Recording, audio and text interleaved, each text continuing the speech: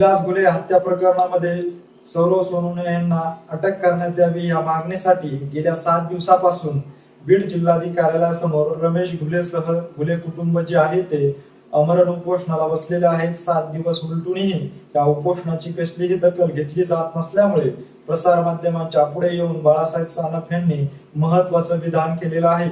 नेमकं बाळासाहेब सानप काय म्हणाले आहेत तेच आपण या पुढील व्हिडिओच्या माध्यमातून सविस्तर पाहूया। विलास घुले यांचा मृत्यू, त्यांची हत्या करून जवळ 1.5 महिना झाला आणि 1.5 महिन्यापासून शासनाकडे पाठपुरावा करत असताना कुठल्याही प्रकारचा आत्तापर्यंतचा ठोस निर्णय त्याने सरकारने घेतलेला नाही। माझी एकच विनंती आहे, अनेकच मंत्र्यांना विनंती आहे, या राज्याच्या मुख्यमंत्र्यांना आणि गृहमंत्र्यांना माझी विनंती आहे, या तपासाकडे आपण लक्ष घालणं गरजेचं आहे।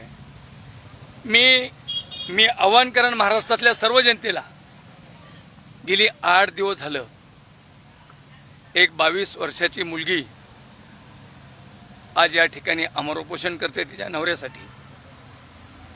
विलास घुलेची आई आणि विलास घुलेचा भाऊ गेली 8 दिवस झालं अन्नत्याग करून कलेक्टर ऑफिसच्या समोर उपोषण चालू आहे। आतापर्यंत कलेक्टर नाही, आतापर्यंत SP नाही, आतापर्यंत कोणताही राजकीय पटलावरचा पुढारी या भेटीला आलेला नाही।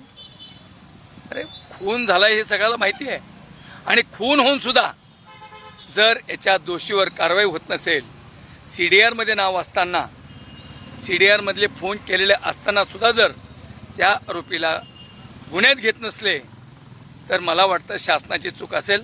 मी राज्याच्या मुख्यमंत्र्याला मी आवाहन करेल।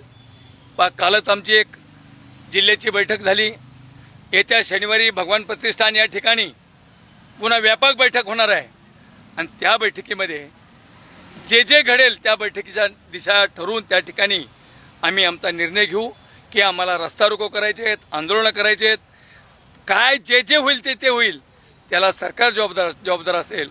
माझी परत एकदा राज्याच्या मुख्यमंत्र्याला विनंती आहे की आपण हा तपास CID कडे दिला आहे।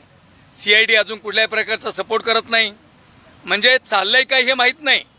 एक का CID एक का फास्ट तपास करतो आणि घुले कुटुंबामध्ये CID आजपर्यंत त्या घुलेला भेटायला सुद्धा कुणी आलं नाही। मला वाटतं राज्याच्या मुख्यमंत्र्यांनी या गोष्टीकडे लक्ष द्यावं, अन्यथा जे काही परिणाम होतील याला सरकारला भोगावं लागेल।